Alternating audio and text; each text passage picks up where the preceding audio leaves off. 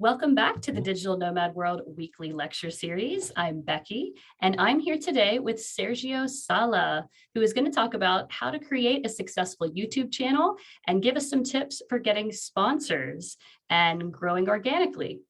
Thank you so much, Sergio, for joining us today.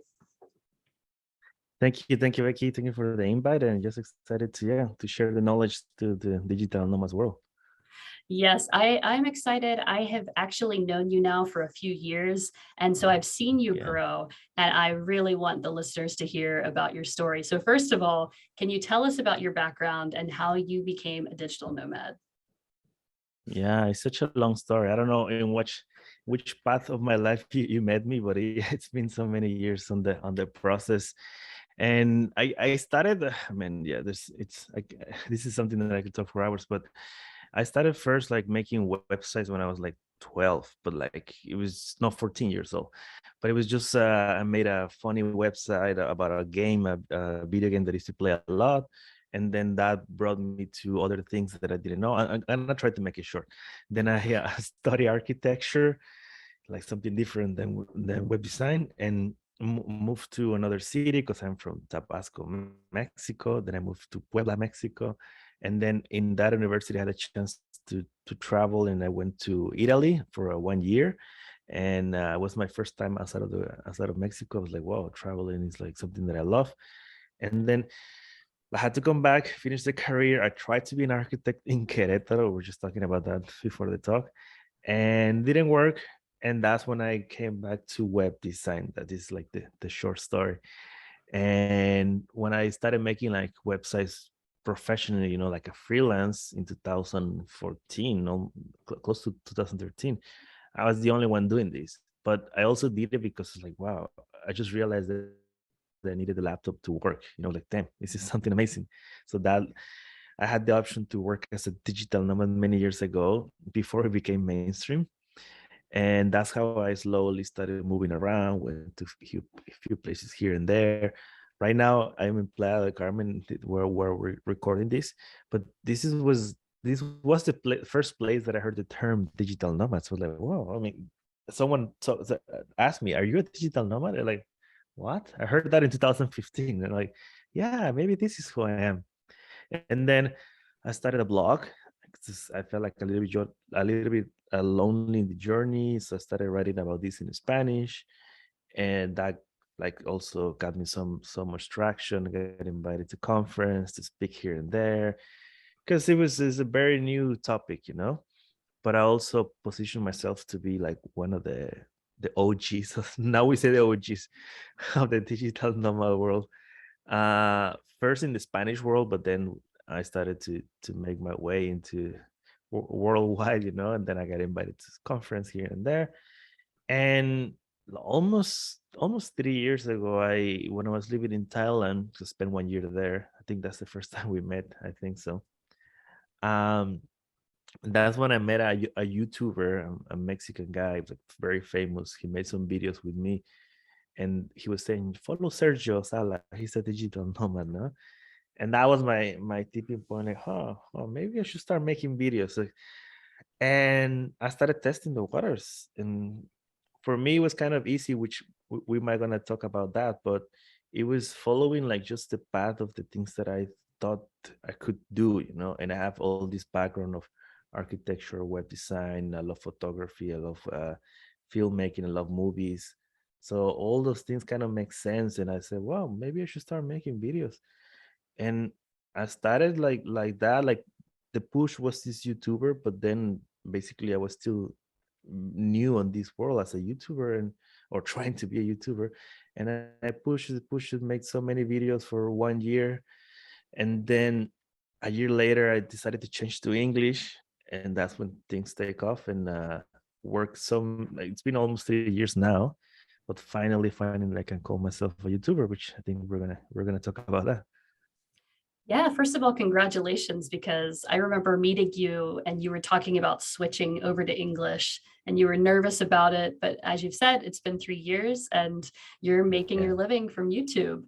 And you've also, from the story you've just told, shown that you pivoted a lot and that it's okay to pivot. And sometimes you have to, and then, you can find success in something you originally never had Yeah. thought of doing.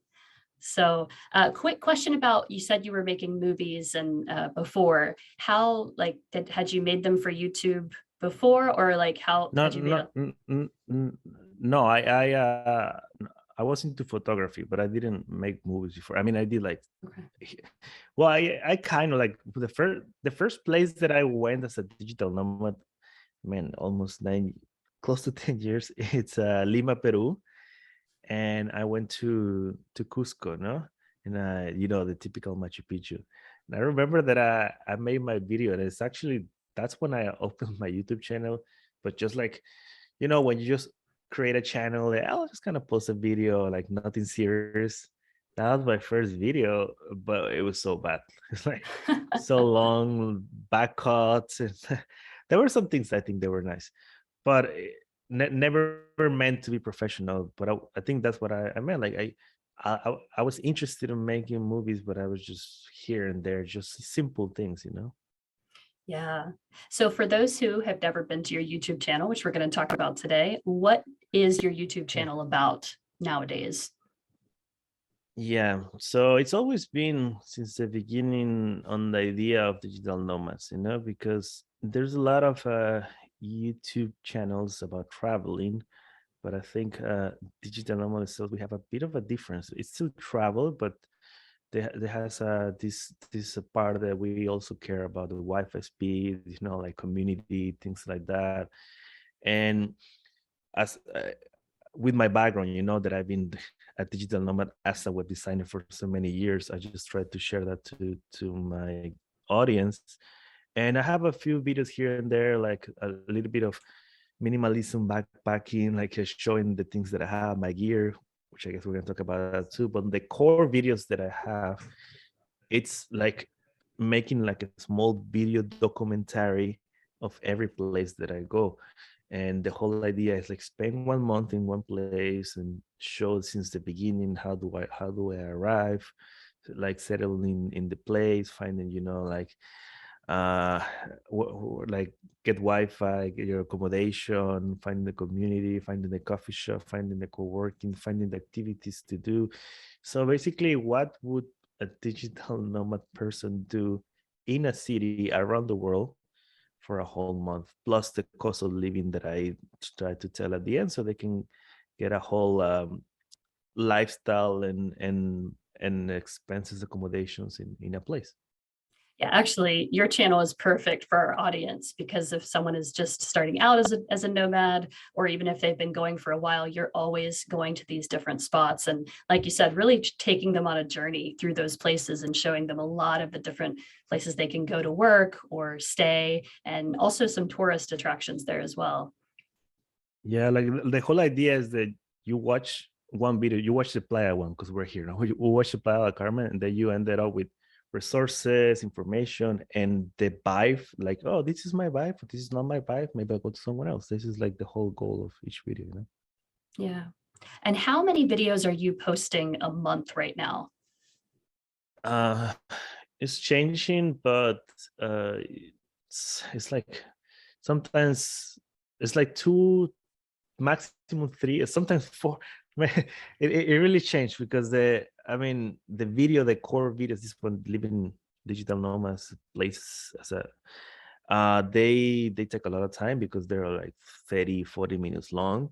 So I only do like one per month, but I'm adding a few things in between that I'm still working on. Like I have some kind of like other, like doing one of diving, because I love diving. It's one of the coolest things that you can do while you travel. And then also recommending some backpacks, some gear. So I'm having some videos here and there in between, but I will say like the core videos is just one per month because it's also a thing that I had with my sponsor, which also I guess we're gonna talk about that.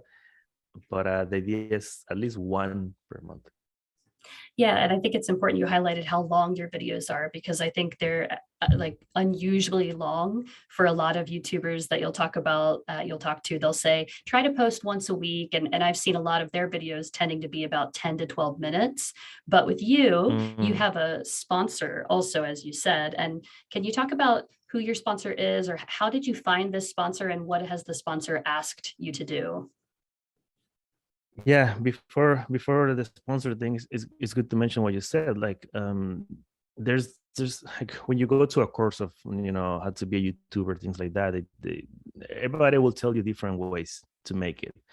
Like, there's not, and I will say there's not a right or wrong. Like, I've seen famous YouTubers making just 1 minute long videos, and there's the thing about the 12 minutes, or like 8 to 12, is usually because after 8 minutes you can monetize the video, but that's another topic.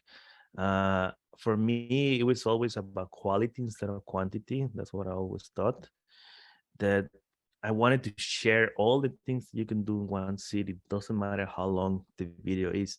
I mean, it kind of like, if it's like 1 hour or more, then I will think about it. But I try to like break everything, and then I try to delete things. I have a lot of process as a director, trying to cut the scenes and trying to make it all like there's a flow and all those things. But what I'm saying is that, yeah, you can do it any way you want. There's also this thing saying that, oh yeah, you should post once a week, because not the whole YouTube thing, the whole algorithm will listen to you. And I will say it's also not the only way. One of the most famous YouTubers, which is Mr. Beast, like 100 million followers, which is another topic, but he only posts maybe twice a month, maybe sometimes once a month, like very long, like very very creative videos. And if that guy, can do that, and anybody can do it. So it's not that there's not a precise way to make YouTube, and YouTube is changing so much. So there's many ways. So that's like that's the part that I will say, if you're considering, like what was it the time. So for sponsors, um yeah, this main sponsor that I have right now is nomadlist.com, who could be a little bit of the competition from digital nomad world, I would say. But maybe in different way, I hope they because work together somehow in the future and use each maybe other. one day. Yeah. Yeah, it's run by a guy called Peter Levels. He's a Dutch guy, very famous, who is like an indie developer who created this project by himself. There's only like 2 people in their team now. Like, it's very interesting. There's a whole article about him everywhere on the world, on the websites.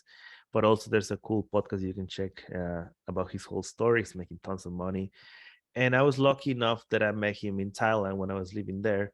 So we kind of had like a connection before. But also the way that I met him, which I think I haven't said that anywhere. Maybe this is an exclusive, but Yes. um, I always try to, like, if I'm getting something, as for example YouTube. If I'm getting out into YouTube, I really want to know in person everybody that I get inspired. And for example, there's this conference coming this next month, which I'm hopefully gonna go. It's called Vid Summit. All the YouTubers, as Mr. Beast, the one that I was saying, and I just want to meet them and at least say hi, or they at least know my presence. This is one thing that I would recommend anyone. Like, if you want to make YouTube, you want to be like a good developer, for example, try to meet Peter Levels, but in a normal way, not like a stalker. It's like in events, in a coffee shop, if you're like in the same city, things like that. So I knew about Peter before. I knew who he was. So when I heard he was in Chiang Mai, Thailand, I was like, oh shit, let me try to meet him. So it was like we were in a co-working, which is Spawn Space. I guess you also were there.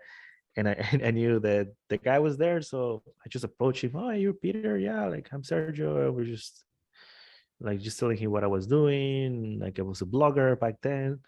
So he was So working this is at the like, co-working space, or just to clarify, yeah. he was just sitting Oh at a yeah. computer doing his thing, and you approached him and introduced yourself? Yeah. just like a normal guy, just like curious. Oh, Peter, I think I heard about you before, like, and it's cool to see you here. And like, oh, and just yeah, normal conversations, just like genuinely trying to meet the guy that I was inspired, and that's what I try to do all the time. Like there's so many, like I put a list of people that I want to know.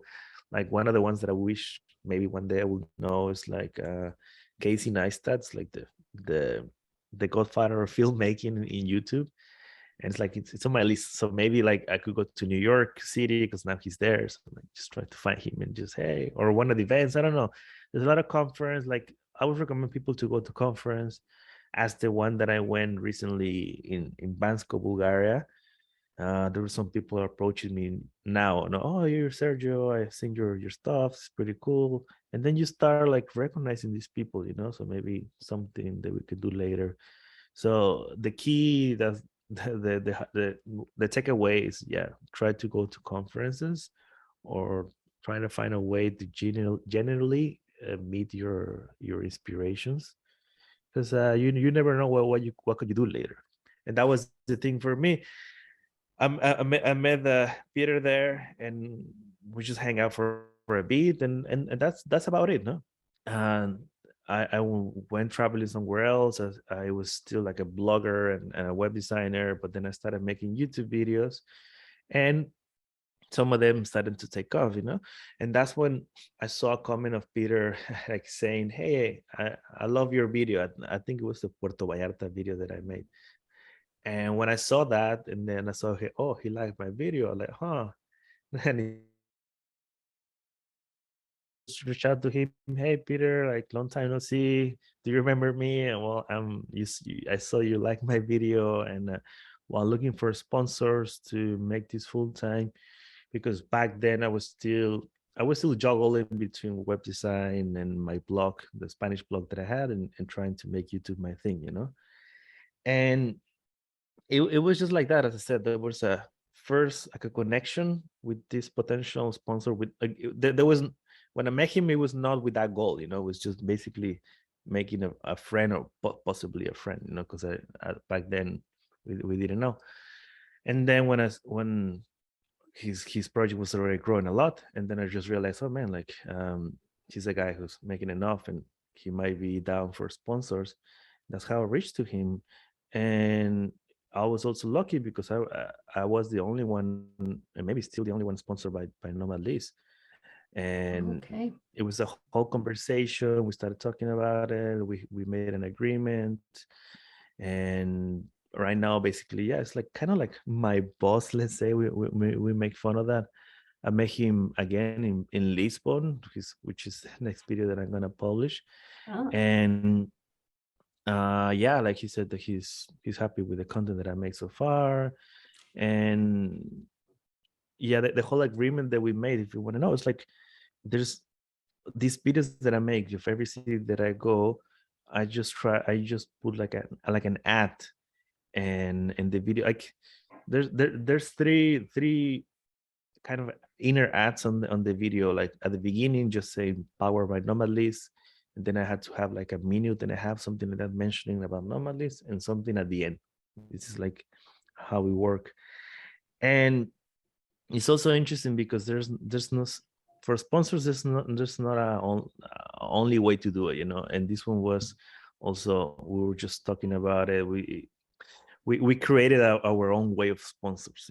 And this is something that it's evolving. Even companies right now, they don't even know how to sponsor YouTubers. So I will suggest you to create a format that you think that is going to benefit.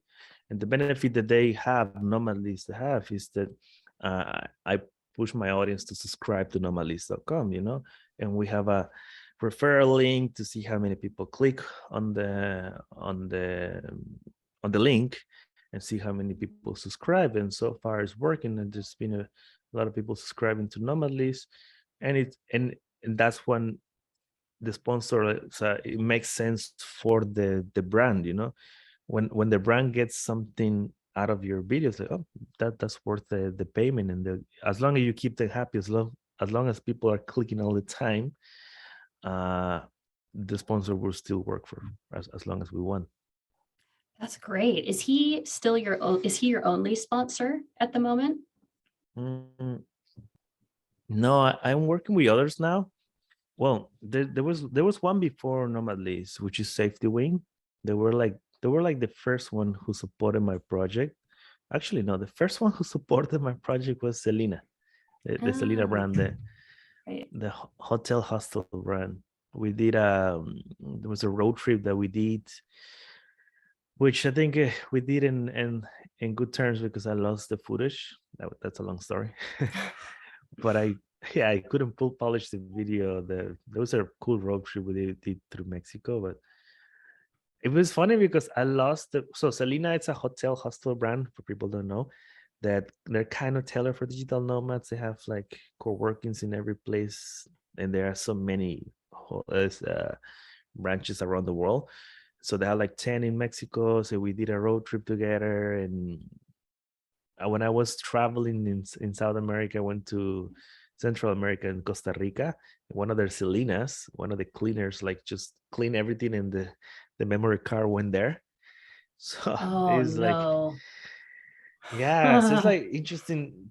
I mean, it was kind of like, well, I lost it because your staff did it. So it's like, what do you want me to do, So How close yeah, was this to the pandemic? Because I know you're working with them and doing this before the pandemic.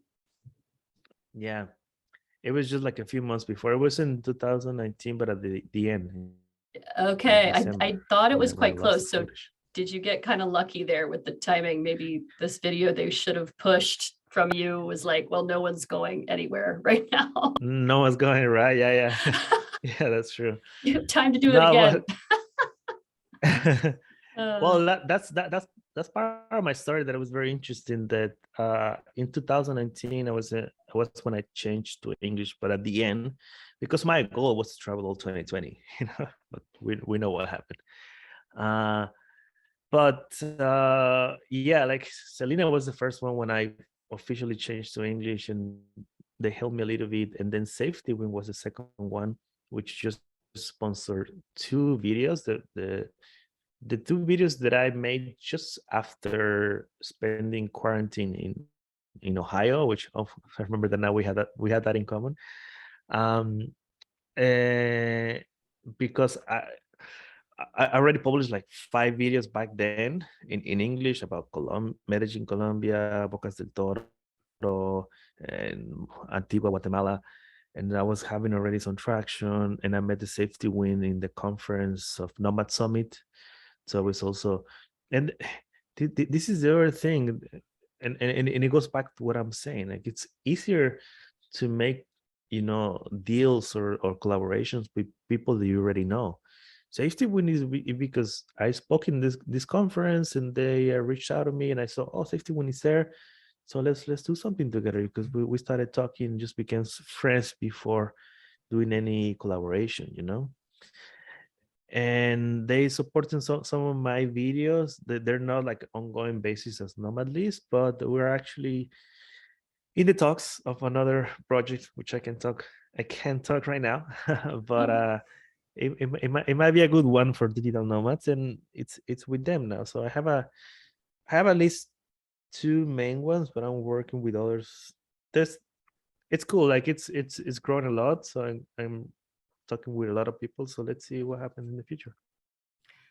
great. And I think that there's something you mentioned that it's the next level, but people could also start to work towards this. You often speak at these conferences. So the fact that you're on Mm. stage, the sponsors that are there in tandem with the conference, like Safety Wing, they see you up on stage. And when you then approach them, they're like, oh, well, you must have, the a following, or at least the confidence to be building your following, and they're more likely to help you out. Yeah, and I would say also that sponsors, they have to be connected to what you do. Like, I don't know, I'll just give you examples. Coca-Cola, which it's another level. I will have to have million of followers for that, but just an example. Like, it will be easier to reach, harder to reach kind of those people, because also, like, my content is digital nomad. So what does Coca-Cola has to be with, like, what's the relation, just to give an example. So it's easier when whatever content you're making food or whatever content, even let's say travel, uh, you should connect to companies that they're easy to, like, it's very, the collaboration is, how do you say, like, there's a logic over there. Did you like Nomad List? It was so easy because what I'm sharing is precisely what Nomad List is doing. Nomad List is a database from all the cities around the world, and making a video of every city is just perfect because it's exactly what they do. So it was an easy one-on-one. And Safety Win is the same reason, because they started as a digital nomad team, and they're trying to become the best health insurance for digital nomads. So it's so easy to make a video with them because it's connected. Now, if you get multiple sponsors, are you going to do one video per sponsor? How would you manage the different sponsors and meeting their needs? It's different sponsors per video. Like it's not like that would be weird to add so many ads, in You each have video. ads like this first one is Nomad List and then Yeah. Safety Wing. Yeah. Yeah, so it's depending on the topic. As I said, like the agreement with Nomad List is like every digital nomad city, like these core videos that I'm making, there has to be like that. But if I make something else that has another topic, uh, like maybe I recommend some gear, that's another thing that I could use another sponsors. And that's another thing that it depends on the audience, like what if whoever's listening to this. But I think nowadays it's becoming more acceptable that content creators like YouTubers like put some ads on their videos. But before, it was, when many years ago, you kind of feel like a sellout, or you were thinking, oh, if I put an ad, people don't like my stuff. But now they're understanding that we also try to make money, or like making a living out of what we do. So it makes sense to put some ads along the way. And going back to what I'm telling you about the finding sponsors that are connected to your content, it's so important, because I seen a lot of interesting ads in the YouTube video that people usually don't skip. Like sometimes I don't skip them because like they're connected to what I do. And Mr. Beast is a good example. Like he makes this YouTube, sorry, he makes his sponsors inside the video that just don't want to skip them because they're entertaining. And the idea that I'm making with mine, at least on the digital nomad city videos, is that, so Nomad List has this feature that you can have meetups, no? You can have meetups all around the world. So it's just like, it's so easy to make an ad on the video, because I created the meetup in Lisbon, for example, and there was like, I don't know, 30 people who show up. Peter Level show up too on that meetup, because he was there. And so the ad that I'm gonna put on the video is gonna be so easy to make, because it's so part of the content that I'm making. Plus Peter, the owner, normally is gonna be there. So it's like, I think people won't skip that because they will be curious to see. Yeah, it really, these like as you said, if the sponsors connected well with what you're doing, it's very easy for you to have meetups and give that sponsor more benefits as well. So that's great. I'm excited to hear that Peter actually came to your meetup or came to the event as well. Yeah, it was fun, and we might do it again in Bangkok, Thailand. Great. I'm so excited that Thailand is open again for people to visit. I'm hoping to go Yeah, myself yeah. this winter season. So I want to talk quickly about equipment, because I know you now. Whenever I see you, Sergio, in person, you always have a camera in your hand. So I would love for you to share what your go-to camera for YouTube shooting is now. And I also know you use drones. So I'm wondering what kind of drone you're using and carrying around with you. Yeah, I just arrived to Playa right now to have some mini vacations, and it's been weird 2-3 weeks without holding my camera. But it's also good to have a break. But anyway, the camera that I use right now, I mean, it's always changing, but right now it's a Sony A7C, which is the smallest full frame. it's on my backpack. I should have brought it just to show. But yeah, it's a smallest full frame, which a good microphone like this one. This is a Rode microphone, which I can use for the computer too. And with the lens that is called, it's the Tamron 17-28 millimeters. For people who know that, I can also, I'm actually making, yeah, I'm making a video of my gear. So Oh, possibly great. when this interview is live, we can just link down below, because that will be easier to for people to see and click on the links if they want to buy them. But yeah, then I have the drone, the Mavic DJI 2 as of now, and I've been using for almost a year, but I might change to the DJI Mini Pro, which is a smaller one. And I'm also using the iPhone just sometimes for when, when they don't allow big cameras, so I don't want to bring the big camera because they have good quality, and I might get the new one, the 14, because they're getting better. And a GoPro for my diving or underwater shots. So it's four cameras, my main setup. My main one, the Sony A7C, the drone for my aerial shots or landscape shots, and two auxiliary cameras. The iPhone when I can use something else, and the GoPro when I need to go underwater. That's my main gear. Are Which you is, able to travel with only carry-on luggage with all these things, or do you now have to travel yeah, with checked bag? no, I was just gonna say that, which sounds a lot, but it's not a lot. Like it's so small, like, and things are becoming smaller and smaller. Like the drone is not that big anymore. So I don't check.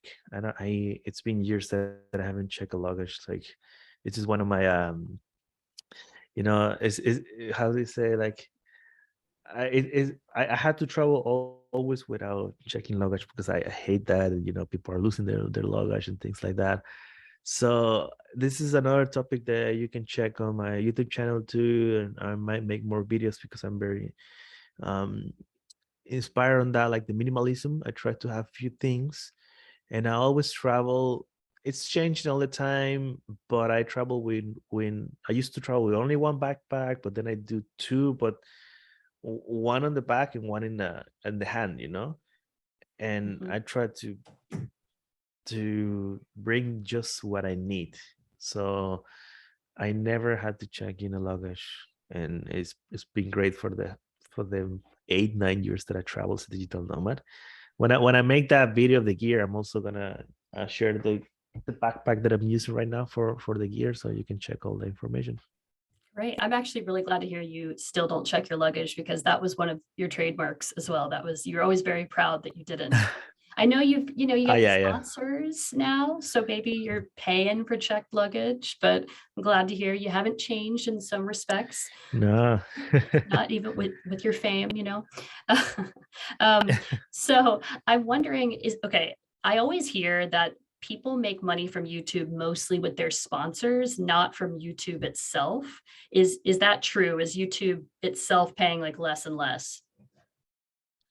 Yeah, I guess that's what you hear from talking to other YouTubers, but the common sense is that people think, and I hate to generalize, but people think that the only way to make money is through the ads. And and this is I mean, yeah, I made a post the other day in Reddit, and someone just, the typical haters, like, why are you calling yourself a YouTuber? You don't have a million followers. YouTubers shouldn't be called YouTubers when they have less than a million. And I was How like, can we what? be encouraged to become YouTubers if that's the case? I know. There's like all these kind of people. Luckily, some people reply. I didn't have to say anything, but yeah, a lot of people knew that it's not the only way, and it is because that's the thing. We get used to the loud YouTubers, the ones who have a million, and when you have a million followers, of course, you make so much money out of the ads. But when you think about it, it's like, I don't know what is the statistics, but let's say that's like maybe 5 or 3% of all the YouTubers around the world. The millions, they're just in the top. Like, there's not much people like that. And there's a lot of people making money out of YouTube, like out of having a YouTube channel without having those numbers, and that's what I keep telling people. Like, so numbers matter, but not that much. Like there's when you get a 1,000 subscribers, let's say, it kind of sounds you're there, but when you get more, 5,000, 5K, 10K, I have 13K right now, which sounds good, but doesn't it's not like huge. Well, it's huge. That's the other thing that It I feels say. huge to I me. say to people, no, this is what I say to people, and that's what I used to say when I had a blog. I was telling people, dude, like having, I don't know, 100 subscribers on your newsletter doesn't sound that much when you think about numbers, but put 100 heads of people in a room. That's a lot of people, you know. So, That's a big meetup. so yeah, it's It's a a lot big of meetup, drinks. and people keep forgetting the lotteries. People keep forgetting that it's like real people behind the screen. Yes, there's these things about bots and things like that, but usually most of them are like real people. And I guess for me now it makes sense. Like, let's say, yeah, 13 doesn't sound that much in numbers, but in Playa del Carmen here this last 2 weeks, at least maybe at least 6, 7 times I've been recognized. And it's like, damn, it's like, damn, this works, My YouTube, it's a real thing. Because people are recognizing me, people are thanking me. Oh, I seen your video, inspired me to be here, inspired me to be a digital nomad. And more than money, more than anything, that's the things that makes me happy. That the work that I do is like inspiring and making people make changes or making people live in Mexico. Some people said, oh, I fell in love in Playa, now I'm living here. And not only, I mean, I'm not the only one, but it just helped them make that push. And that's when I said, damn, this thing works. I'm so glad we But covered this because yeah, that is such a like belief for people that they have to have the huge numbers to be making any money or maybe having enough influence. But like any of those people who recognize you could be another sponsor for you. They could come up to you now if they see you or true, it's working. true. So So well, so yeah, so yeah, let me tell you quickly. Yeah, so it's, yeah, yeah. like I was trying to say that mm, numbers matter, but not that much. But at least like having something that sounds fine, like 5K, 10K, something like that. But the matter is the work that you do, the niche. And for me, that I am a digital nomad making these videos that not and like I don't see anyone else doing it the way that I do. And having this precise niche, that's what it helps a lot. So whatever you want to do, even if you have 100 people but they're like very connected to what you do and it's very niche, that's how it's going to be easier to reach for sponsors. Yeah, if you want to talk about fish tanks, for example, I'm sure there's a fish tank convention out there that you can go to and then find your fish tank sponsor. And some of those fish tanks are expensive. You could make some good money having a Yeah, having a yeah. sponsor. Yeah. Well, I want to ask what the future of your Sergio Sala YouTube channel is. I know you said you're going to post a Lisbon um, digital nomad documentary. What do you see going forward? Where are you planning to cover next? Yeah, When do you so think you're going to put the gear video out, if you had to guess? soon. I hope we'll talk about when this interview is going to be released. So hopefully we should talk about after the interview. Maybe we can try to make it at the Yeah, same time. But I'll let you know. yeah, so right now one of the things that I'm trying to do, because I have sponsors, to be able to keep traveling, is like kind of like going to all of these places that I've already been, but I was not a YouTuber back then, so I never made a video. So I'm doing the Lisbon one, which I'm hopefully publishing this weekend. So that's probably already there when you see this interview.